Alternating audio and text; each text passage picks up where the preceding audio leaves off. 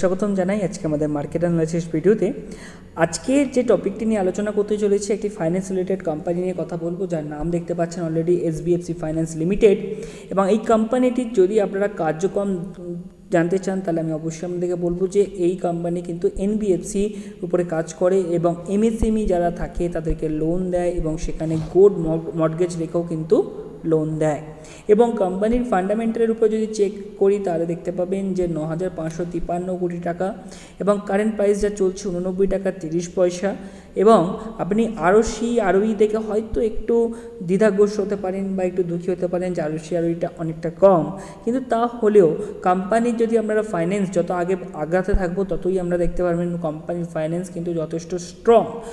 যতই হোক সে NBFC company, সে যাদেরকে লোন দেয় MSME তারাও একটু নরমারে কোম্পানি, তো তারপরেও কিন্তু কোম্পানি কন্টিনিউ কিন্তু যেভাবে গ্রোথ দেখাচ্ছে সেই গ্রোথটা কিন্তু একটা আকস্মিক।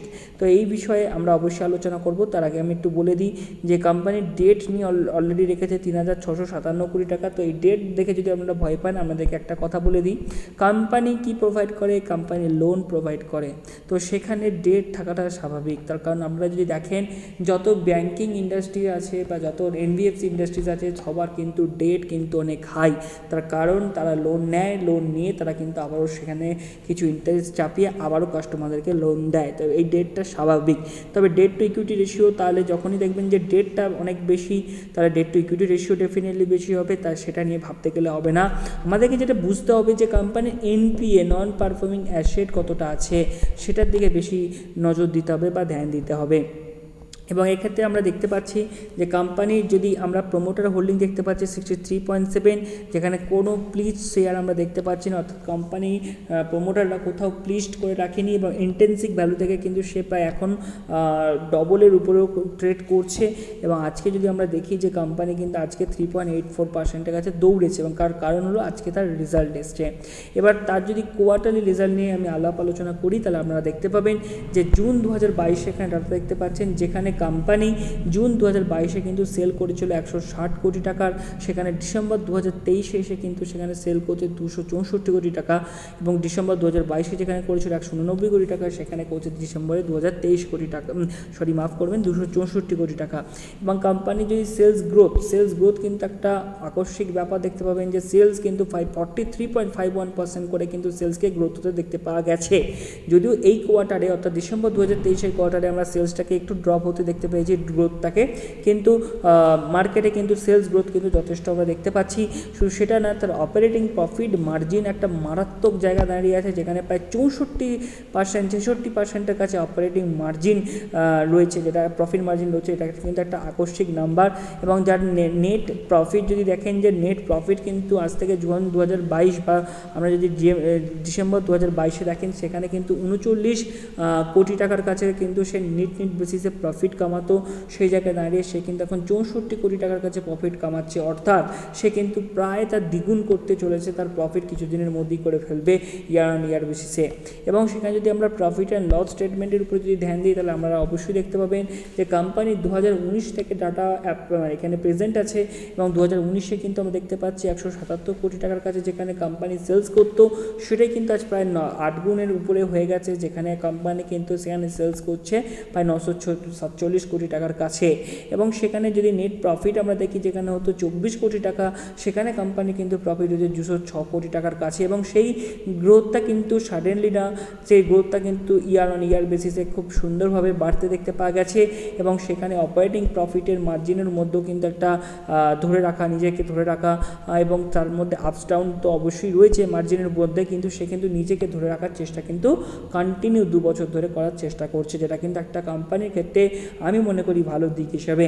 তবে কোম্পানি যদি এক্সপেন্সেস দেখা যায়, এক্সপেন্সেসও কিন্তু কোম্পানি কিন্তু এখানে এমপ্লয়ি কস্ট যেখানে 34% হতো সেখানে এমপ্লয়ি কস্ট কিন্তু 21% নামিয়ে নিয়ে এসছে, যেটা কিন্তু একটা কোম্পানির বেটারমেন্টের দিকে লক্ষ্য দেয়। এবং সেলস গ্রোথ যেটা বললাম আপনাকে পূর্বে, এই সেলস গ্রোথ কিন্তু মারাত্মক সেলস গ্রোথ কিন্তু দেখতে পাওয়া গেছে, উইদাউট ডিসেম্বর 2022 ছাড়া সেলস গ্রোথ কিন্তু মারাত্মক হতে দেখতে পাওয়া গেছে। এবার আসি কোম্পানির ব্যালেন্স শিটের উপরে যদি চোখ রাখি তাহলে আপনারা অবশ্যই দেখতে পাবেন যে কোম্পানির রিজার্ভ কিন্তু আস্তে আস্তে বাড়ছে। তবে এটা একটা বাজে দিক যে কোম্পানি কিন্তু ডিভিডেন্ড পে করে না, এটা কিন্তু খুবই বাজে দিক। এই জিনিসটা কিন্তু আমি নেগেটিভলি দেখব যে কোম্পানি এত প্রফিট করা সত্ত্বেও কিন্তু কোম্পানি তার শেয়ার হোল্ডারদেরকে কোনো লভ্যাংশ দিচ্ছে না, এটা কিন্তু কোম্পানির ক্ষেত্রে নেগেটিভ দিক হলেও কোম্পানির কিন্তু রিজার্ভ কিন্তু যথেষ্ট বেশি দেখতে পাওয়া এখানে যাচ্ছে। এবং তার সাথে যদি ইনভেস্টারদের কতটা ইনভেস্টমেন্ট আছে সেই দিকে যদি চোখ রাখি তাহলে অবশ্যই দেখতে পাবেন যে কোম্পানিতে প্রোমোটাররা একটু এই কোয়ার্টারে আমাদের প্রোমোটারদের সেল অবশ্যই করতে দেখতে পাওয়া গেছে। কিন্তু একটা বিষয় হচ্ছে এফআইআই এবং ডিআইদের যে উপস্থিতি সেই উপস্থিতিও কিন্তু মার্কেটের মধ্যে রয়েছে এবং সেখানে আমরা যদি দেখেন যে পাবলিকদেরও কিন্তু উপস্থিতি রয়েছে। এবং কোম্পানির যদি ওভারঅল ফান্ডামেন্টাল বলেন যে দেখুন কোম্পানির ফাইন্যান্স বা প্রফিট অ্যান্ড লস স্টেটমেন্ট বা কোয়ার্টারলি অর্থাৎ কতটা একটা কোম্পানি প্রফিট কামিয়ে দিচ্ছে সেই বিষয়টা কিন্তু অবশ্যই সেই কোম্পানি 100% এই ক্ষেত্রে সাকসেসফুল দেখতে পাওয়া যাচ্ছে এখনও পর্যন্ত। কিন্তু বাকি যে সমস্ত রেশিওগুলো আমরা দেখতে পাচ্ছি অর্থাৎ কোম্পানি ডিভিডেন্ড পে করছে না, একটা বাজে দিক। কোম্পানি আরওই কিন্তু একটা খুব ভালো জায়গাতে নেই, সেটা একটা বাজে দিক। তাহলে একটা জিনিস জানবেন যে কোনো কোম্পানি, যেহেতু এগুলো সমস্ত স্মল ক্যাপ কোম্পানি, তাই এদের সমস্ত কিছু ভালো আপনারা একসাথে পাবেন না। তাই কোম্পানি তার ব্যবসার দিকে খেয়াল রেখে কিন্তু আপনারা যদি কেউ লং টার্ম ইনভেস্টমেন্ট করেন তাহলে অবশ্যই কিন্তু এই কোম্পানিটাকে আপনাদের ওয়াচ লিস্টে রাখতে পারেন এবং সেটাকে নিয়ে ওয়াচ করতে পারেন এবং আপনারা অবশ্যই এটাকে নিয়ে আলাপ আলোচনা করতে পারেন আপনাদের ফাইন্যান্সিয়াল অ্যাডভাইজারদের সাথে।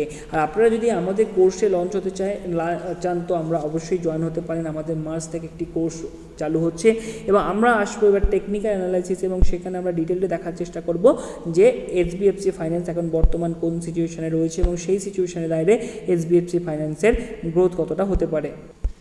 তো কোম্পানিকে যদি আমরা টেকনিক্যাল অ্যানালাইসিসের মাধ্যমে দেখি তাহলে ডেফিনেটলি আমরা দেখতে পাবো সে কিন্তু একটা রেঞ্জের মধ্যে ঢুকে বসে আছে। তো সেই রেঞ্জকে আমার মনে হয় এই রেঞ্জ হয়তো খুব শীঘ্রই ব্রেকআউট হবে এবং আমার মনে হয় এখানে ফার্দার আপ ট্রেন্ড অবশ্যই সামনের দিকে দেখতে পাওয়া যাবে এবং সেখানে আমরা দেখতে পাবো যে এই জায়গাটা আমাদের কিন্তু অ্যাকচুয়ালি বাই জোন ছিল। আমি যদি ইনভেস্টমেন্ট করতাম তাহলে কিন্তু আমরা অবশ্যই আমি এই চেষ্টা করতাম যে 84-এর দিকে বাই করা, তার কারণ এখানে কিন্তু সে ওভারসোল্ড পজিশনে কিন্তু এইচডিএফসি ফাইন্যান্সকে দেখতে পাওয়া যাচ্ছে। তো আমি অবশ্যই আপনাদেরকে এনকারেজ করব আপনারা এই এইচডিএফসি ফাইন্যান্স নিয়ে অ্যানালাইসিস করুন, আপনারা ওয়াচ লিস্টে রাখুন এবং কন্টিনিউ ফলো করুন। তবে এই যে লেভেল আছে, যে লেভেলটি আমাদের সামনে তুলে ধরার চেষ্টা করব যে তার যে নিয়ার যে রেজিস্ট্যান্স সেটা হলো 95, সেই 95 যদি সে ক্রস করে তাহলে কিন্তু সেখানে আরও বড় ফার্দার মোমেন্টাম আমরা এইচডিএফসি ফাইন্যান্সের মধ্যে দেখতে পেতে পারি। তো এখানে শেষ করছি, দেখা হবে নেক্সট ভিডিওতে এবং নেক্সট ভিডিওতে আমরা আলোচনা করব পাঞ্জাব ন্যাশনাল ব্যাংকের আজ রেজাল্টকে নিয়ে, যে পাঞ্জাব ন্যাশনাল ব্যাংক কেমন রেজাল্ট করেছে। তো আপনারা যদি সেই ভিডিও দেখতে চান অবশ্যই কিন্তু আমাদের এই ভিডিওটাকে লাইক করে আমাদের চ্যানেলটাকে সাবস্ক্রাইব করে রাখবেন এবং সেই ভিডিওটা আমাদের চ্যানেল থেকে ভিজিট করে নেবেন। Thank you so much.